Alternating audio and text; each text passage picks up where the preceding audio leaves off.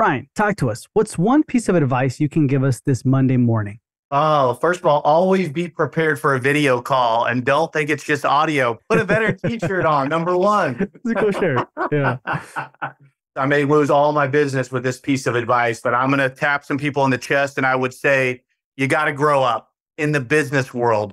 We have too many great clinicians, great doctors who are amazing, chair side, what they do, they take their craft to the highest level clinically. But when it comes to business, they haven't matured whatsoever. And when I say that, I mean, don't take pride in doing your own website. Guess what? We can all tell. Don't drive around and think, oh, I'm going to go look for a space by seeing what's cool out there. You're not maturing in the business world. You may be a great clinician, a great doctor, but your business mindset is not where it should be. You are not functioning as a high level if you're thinking about how do I save the most amount of money? You have to think about return on investment. That would be sort of my tap you in the chest advice and say, hey, you got to grow up. You got to get serious about your business acumen. So then, Brian, how do we start doing that? Especially like we're fresh out. We want to do a startup or we're in that process and acquisition or whatever, right? And we're like, so like, I got to count my costs. I just took out a $500,000+ loan and I have student loans and all these things. And I need to count everything. You may not be ready. If you're constantly thinking and having this anxiety and agita about the cost associated with it, it may not be your time. And guess what? I always say when I speak, you may never be ready, and that's okay. You can be a great associate for the rest of your life, and that doesn't make you a less than doctor, person, etc. But if you can never get past that anxiety and you can never get past that fear, practice ownership may not be for you. There's always a healthy level of fear. But if you're always thinking about how do I cut corners to make it easier to save my way into success, that's not a good way to run a business. That's not how any other business would operate. Before we were on, we were speaking about multi-practice owners and emerging groups and DSOs. That's not the mindset that they operate with. They're always thinking, how can I drive the most production? Where can I get the most ROI? Not how do I save my way into success? Don't get me wrong, overhead is very important, and keeping your overhead contained within certain budgetary constraints and buckets is very important to a business, but it's not at the forefront of driving production and driving business. Gotcha. Okay. If you're not prepared to do marketing and things like that, then you're not ready for it yet. Again, you don't think, how do I create my own website? This is your brand and you have to be able to lead with it. So you have to put the most force, the most effort, the most financial incentive you can behind your website, your marketing, your technology. Okay. So then if it may not be your time, what can I ask myself to know when it is my time and just to like swallow that pill and say, I got to outsource this to marketing. I know I have enough. I just got to do it. Usually there's some event that happens. You get tired of working at your corporate gig, or there's something that you want to do clinically or business wise that you're not able to do. And you feel sort of these constraints on you. And people have that. And it's like this light bulb goes off or this moment. We have clients that sort of toy with this idea for years. They'll sit down, we'll have 2 hours at Starbucks, they're ready to go, and then I never hear from them again. And I'm like, what the heck happened? Did I do something? Yeah. And then I'll see them at one of my seminars, and then they'll call me like a year after that. And I'm like, okay, now what's different from 2 years ago?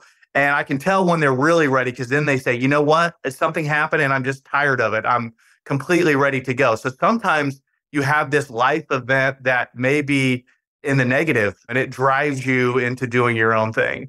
People always look at me for this magic pill. Like, tell me something, Brian, that will give me this injection of confidence that will make me go do it. I think you have to come to it on your own. And sometimes, unfortunately, it comes to it when you've just had your full of all the negative stuff, or somebody telling you to do something that you don't want to do, or asking you to do something clinically that you don't feel comfortable with, or whatever that may be. But there's usually some sort of crossroads in your life where it's just like, all right, I've had enough and I've got to get out and do my own thing, or I'm absolutely going to go crazy. Yeah, no, that's true. Have you ever seen someone who has had the confidence, but they have no money? Oh, yeah, lots. Yeah, that's a little bit of crazy. That's my kind of crazy. I've had people who have had really big dreams and can't get the financial support to do that. That's good. That's ultimately what keeps dentistry so safe, is You have some people that graduate from dental school and they're like, I'm ready day one. Mhm. And I have this amazing idea and I just need $1 million to go do it. And the bank's going to say, we get it, but our job is to keep you safe.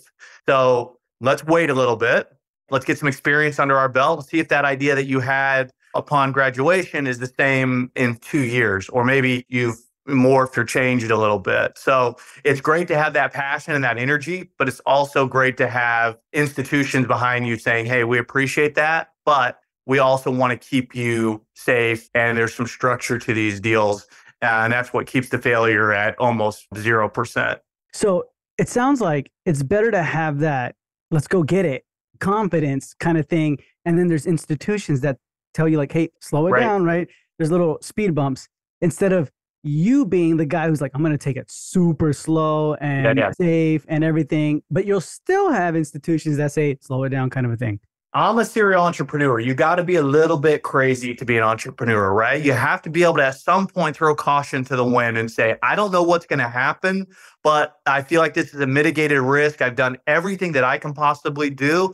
And now I'm going to look over that edge and I'm going to make that leap of faith. There has to be a point where you make a leap of faith. I would much rather have somebody be a little bit wired crazy and have the lenders, people like me, other institutions say, okay, I love the passion, but let's make sure that we're being responsible versus a lot of great doctors who have what we call paralysis by overanalysis. They're Mhm. always analyzing everything to the nth degree and they're frozen in fear and they can never get off the starting blocks. So then, in your experience, Brian, specifically, if you can be like almost like a script, what do people normally say where you can tell like you're not ready? When they start focusing immediately on overhead, right? The conversation automatically goes back, well, how much is the rent? How much is Mhm. the build out cost? And we're not thinking about how do I drive business? Who's sitting in my chair? What's the demographic? How do I appeal to them? What is my brand? What is my image? There has to be a passion that's driving this business. It can't be, well, if I can keep my rent to $2,500 a month, I'll be successful. Do you know anybody who could do a website for half the price? Everything is brought back to how much is that going to cost? That's how I know you're not ready because it's going to cost what it's going to cost. Mhm. Nobody ever gets an award for doing the cheapest startup or the cheapest practice. You never want to be cavalier or foolish with your dollars, but you have to think about where am I going to wisely invest my money and what's the biggest return I can gain from that. When it always comes back to how much is that going to cost me? How do I do it cheaper? You're not ready because you're not thinking about driving business. You're only thinking about overhead, overhead, overhead, and your practice is going to suffer. And so, do you tell them that? You tell them like, "Hey, you're not ready," or do you try to shift their focus in that moment? I would hate to be the one that says you're not ready because maybe Mhm. there's something inside that I'm not seeing. Maybe they go home and they do some soul searching or etc. But it is my job to educate and say, if we're solely focused on the overhead and not production, we're never going to be a high performing practice. And I don't want you just to open. I want you to open and succeed at the highest level possible. I want you to make 10 times more money than I make. I want you to make 50 times more money than you ever thought you could make. I want you to be a high performing startup. I don't want you to just check the box and say, well, I opened my practice and I made as much as I did as an associate. I want you to open your practice and say, wow, that was life changing for me and my family. So it's my job to say, I understand what you're saying. I understand why you're nervous. These are big figures, but we have to think, how are we going to drive business or you're going to miss the mark? And if you're not prepared to drive business, may not be something that I want to be associated with. Gotcha. Okay. So make sure they have the confidence, make sure they don't save their way into success. And then at the same time, if you feel like they don't have all that, then it may not be their time. They may not be ready, may never be ready, right? Kind You of may a thing. never be ready. And again, don't think of yourself as less than. You have colleagues out there who never open a practice. They're called physicians. Mhm. Most physicians go work for a hospital network, and that's what they went to school for. At least when I started in this business 25 years ago, most dentists went to dental school to own their own business. But just because you graduate today and you go work as a great associate at a corporate gig or private practice or something else, doesn't mean that you're not a phenomenal doctor, clinician, person, etc. So don't do it just because you think that's the path that you're supposed to do.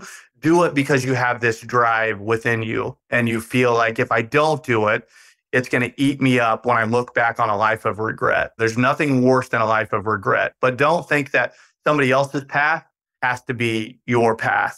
If you're not wired to be an entrepreneur, don't do it. Go do something else that you're passionate about. But if it's eating you alive, just know that what you're about to embark on is the safest thing you can do.